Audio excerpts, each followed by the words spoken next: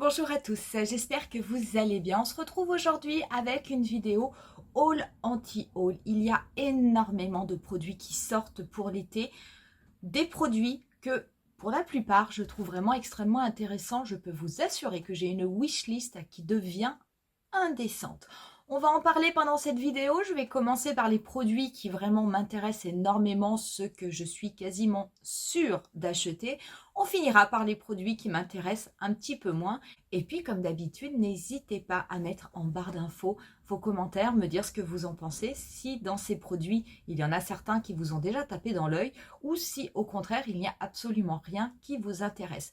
Comme d'habitude, dans ce type de vidéo, vous allez voir plein de photos qui vont venir s'incruster au fur et à mesure que l'on va parler des produits. Vous allez voir, il y a vraiment de très belles choses. Et pour ce qui est de cette vidéo, on commence de suite. Petite parenthèse avant de vous présenter le premier produit, Natasha Denona. Je suis étonnée, ça fait quand même 2 ou 3 vidéos haul anti-haul que je fais. Il n'y a pas de palette Natasha Denona qui sort pour le moment. C'est un petit peu étonnant puisqu'on a été quand même pendant 1 an et demi, on va dire, assommé par les sorties des palettes de Natasha Denona. Et là par contre, ça fait un petit moment qu'il n'y en a pas eu. Les dernières palettes qui sont sorties sont la palette pour le teint qui était sortie au niveau de la Saint-Valentin, donc qui était sur des teintes rose, et vous avez eu la mini palette pastel, mais par contre depuis il n'y a rien. On a eu les rouges à lèvres rouges et puis on a actuellement les anti-cernes, mais en tout cas pas de palette qui se profile. Ma foi, peut-être que Natasha n'est pas très inspirée ou peut-être qu'elle nous prépare une belle surprise pour l'été. Le premier produit dont on va parler, c'est un produit de Charlotte Tilbury et c'est une palette pour le teint qui est la Love Gasm Glow Gasm. Cette palette, c'est sûr, je vais l'acheter. J'aime énormément ces palettes teint que sort Charlotte Tilbury. Le seul problème, c'est le prix, parce qu'elles sont très chères. Je crois, si je ne me trompe pas, que j'avais acheté les miennes 72 €. Donc c'est vrai que ça peut être intéressant si vous êtes gold, de les acheter pendant une journée gold, parce que malheureusement, Charlotte Tilbury fait partie des marques qui sont exclues des promotions. Je la trouve vraiment extrêmement belle, extrêmement belle. Vous avez dans cette palette un highlighter, vous allez avoir 2 blushs et vous avez un bronzer. Franchement, je trouve que ce sont des couleurs qui sont magnifiques pour l'été. Les autres palettes que j'ai au niveau du teint, surtout la Nude Gasm, c'est une palette que j'aime beaucoup utiliser, que j'utilise quand même essentiellement pendant les mois d'hiver. Je m'en sers pour faire la totalité de mon maquillage avec. C'est un produit qui est très beau, d'une très bonne qualité. Les fards se fondent extrêmement bien au niveau de la peau et franchement, le résultat final est à tomber. Cette palette, elle me plaît énormément. Je trouve les couleurs très belles. Les blushs sont magnifiques. Je pense que l'highlighter est très pigmenté. Peut-être un petit peu trop pour moi, donc vraiment je vais en mettre avec parcimonie. Et il y a un bronzer qui est très beau et qui est un bronzer qui va vers des teintes chaudes. Alors que dans la Nude Gasm, les bronzers avaient plutôt des sous-tons froids. Donc là par contre, ça n'est pas le cas. Dans la Glow Gasm palette, vous avez une teinte de bronzer plutôt avec des sous-tons chauds. Franchement, on a une photo où on voit les couleurs sur une peau blanche, sur une peau plus foncée. Je trouve que c'est très beau, donc quelle que soit la carnation de votre peau, c'est un produit qui devrait fonctionner. Donc ça, c'est sûr, ce produit est allé directement dans ma wishlist. Un produit que j'ai hâte de voir, que j'ai hâte d'acheter, c'est au niveau de la marque KVD Beauty. Il y a quelque temps, il y a peut-être maintenant 1 an et demi, si je ne me trompe pas, la marque KVD Beauty avait sorti les Dazzle Sticks. J'adorais ces Dazzle Sticks, je les adore toujours d'ailleurs. Ce sont ces sticks où vous aviez donc un fard crème que vous pouviez déposer sur votre paupière, soit en le travaillant, soit en le superposant à un autre fard et qui apportait des effets absolument magnifiques, des effets un peu duochrome, des effets pailletés. Ces produits vraiment sont une vraie réussite. Eh bien, KVD Beauty a décidé de nous sortir de nouveau des Dazzle, mais cette fois-ci, ça va être des Dazzle Flakes. Donc, ils vont être en pot, ils sont au nombre de 3. Très honnêtement, je n'ai absolument pas pu faire mon choix. Les 3 couleurs me plaisent énormément. Ce sont des pigments avec des reflets métalliques. Je trouve ça vraiment magnifique. Il faut savoir que ces pigments, vous allez pouvoir les utiliser secs ou vous les utilisez mouillés. Dans les photos que je vais vous présenter, vous pourrez voir justement l'effet que cela va faire. C'est vraiment cet effet métallique métallique est absolument magnifique. Vous allez avoir 3 couleurs. Donc, vous allez avoir le premier qui est Polar Night. Donc, Polar Night, on nous dit que c'est une couleur or vert avec une base noire. Vous avez ensuite Magnetic Cloud qui va être un violet rose également avec une base noire. Et vous avez ensuite Cosmic Snow qui va être un rose or un petit peu opalescent avec une base blanche. Ces produits, pour moi, ils sont faits pour être utilisés en mono sur l'œil. Ces produits sont disponibles au niveau du site KVD Beauty. Ils ne sont pas encore disponibles au niveau de Sephora, mais je peux vous assurer que dès qu'ils vont sortir, ils iront directement dans mon panier.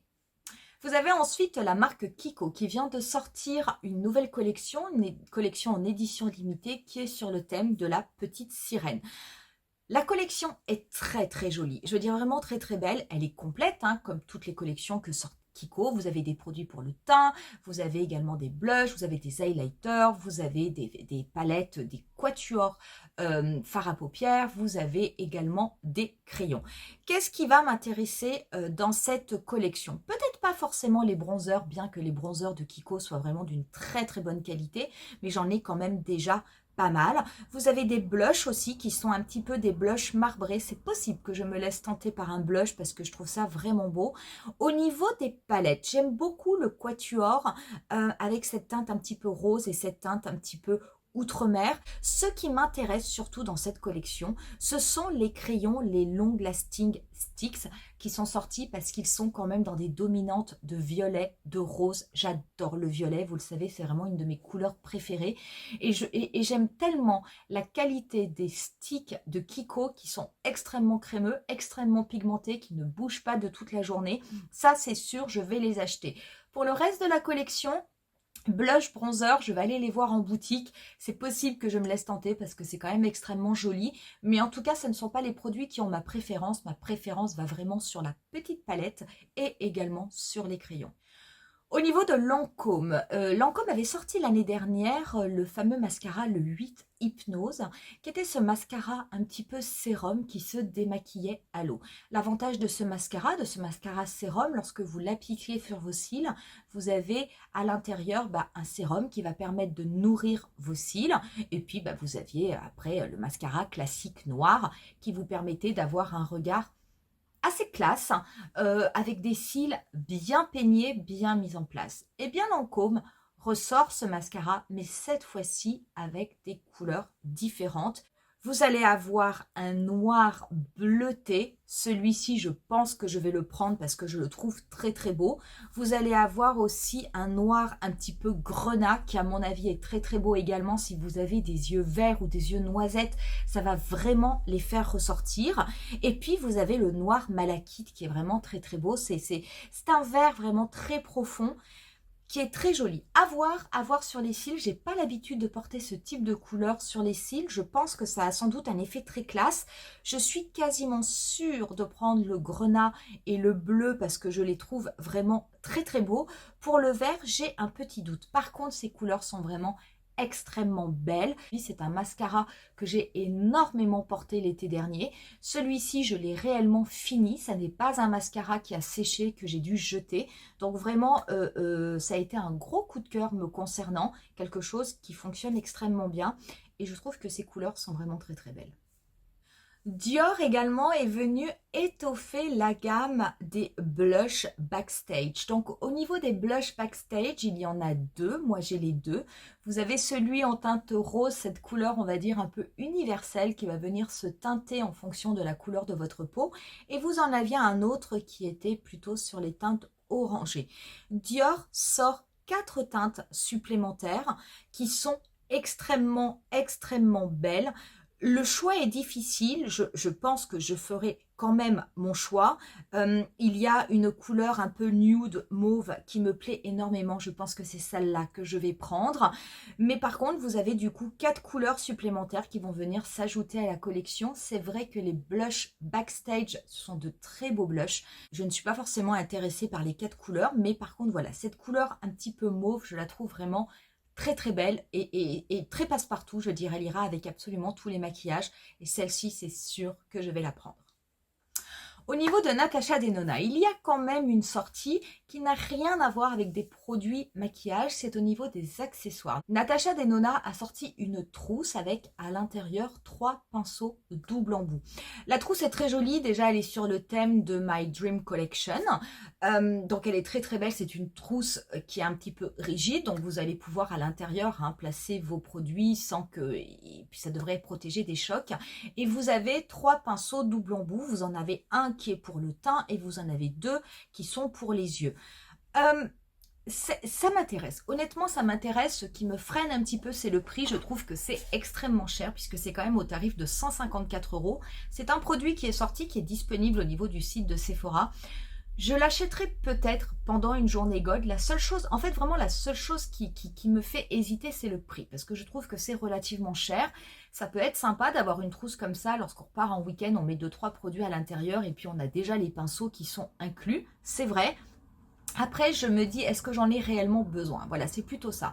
J'en ai pas forcément besoin parce que des trousses, j'en ai. Des pinceaux, j'en ai une quantité assez impressionnante. Mais j'avoue que le produit est beau et que le produit est intéressant. C'est vraiment pas mal. À l'intérieur, vous avez des petites encoches où vous avez les pinceaux qui sont maintenus, ce qui fait que ça les protège. C'est un petit peu cher. Il faut le reconnaître. Donc voilà, c'est peut-être le seul frein qu'il y a à ce produit. Mais en tout cas, sur l'idée, je trouve ça quand même assez intéressant. On repart dans une gamme un petit peu moins chère et on va chez L'Oréal. L'Oréal a sorti l'infaillible matte résistance liquid lipstick.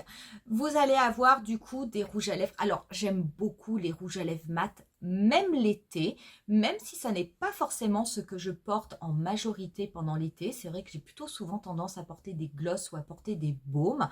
Mais je trouve que ces produits sont extrêmement beaux.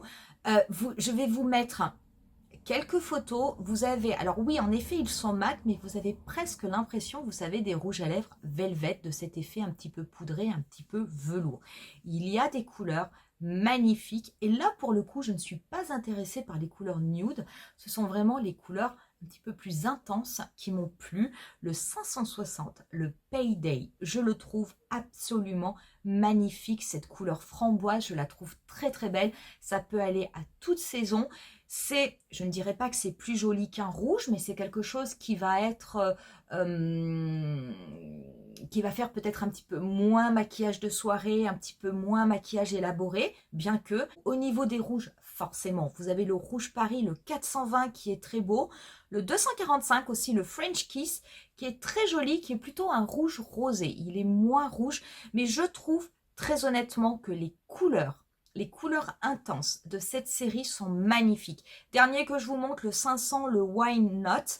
C'est peut-être pas la couleur qui me plaira le plus parce qu'elle est peut-être un petit peu trop fuchsia. J'ai tendance à préférer celui que je vous ai montré en premier, le Payday, mais très honnêtement, pour des rouges à lèvres qui ne sont pas chers, parce qu'on est sur des produits qui sont à moins de 15 € de toute façon, on est sur du L'Oréal, je vous assure que je trouve que c'est très très beau et j'irai en prendre, alors j'irai prendre le 560, ça c'est certain, peut-être que je me laisserai tenter par également le 420, le Rouge Paris, c'est possible. Dernier produit qui m'intéresse avant de passer à ceux où je suis un petit peu plus perplexe, c'est au niveau de NARS. NARS sort le Afterglow Liquid Blush. Vraiment cette année, on est sur les blushs liquides, on en voit de partout dans toutes les marques. J'aime beaucoup la marque NARS, c'est vrai que c'est une marque qui est quand même relativement onéreuse, mais je trouve que les produits sont très beaux, en général ils sont assez travaillés. Ce que j'aime particulièrement dans ces blushs liquides, c'est les couleurs. Je trouve que les couleurs sont magnifiques. Bien entendu, vous allez avoir la fameuse teinte orgasme, puisque cette teinte orgasme, c'est vraiment la teinte culte de la marque, mais vous en avez d'autres. Quand je regarde la teinte Behave ou la teinte Dolce Vita, même la teinte Wanderlust, je trouve que ces teintes sont absolument magnifiques. Quand vous les voyez sur la peau, pareil, c'est très très beau. Honnêtement, je trouve que c'est du plus bel effet. Et même la teinte la plus foncée, Insatiable, je trouve qu'elle fonctionne également très très bien avec des peaux claires. Donc c'est ça que je trouve assez incroyable. Toutes ces couleurs fonctionnent, quelle que soit la carnation de la peau. Après, c'est vraiment une question de goût. Il faut arriver à faire son choix. J'ai hâte, en fait, de tester ces produits. Je veux voir si jamais ils se travaillent bien au niveau de la peau. que ce soit au doigt, que ce soit à l'éponge. Mais très honnêtement, j'avoue que les couleurs, c'est un vrai plaisir pour les yeux. On passe maintenant aux produits qui sortent et qui m'ont laissé un petit peu plus dubitative. Le premier produit, c'est au niveau de Chanel, c'est dans la marque Chanel les Beiges. Vous savez, Chanel avait sorti au niveau de la gamme les Beiges, cette crème un petit peu bronzante que j'aime beaucoup appliquer sur mon visage.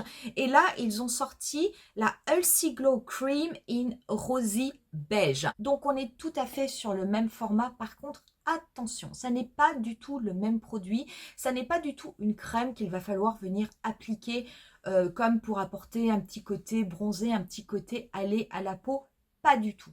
C'est une crème qui est ni un blush ni un bronzer, mais qui est censée s'appliquer sur le visage pour apporter un petit côté rosé, un petit côté frais.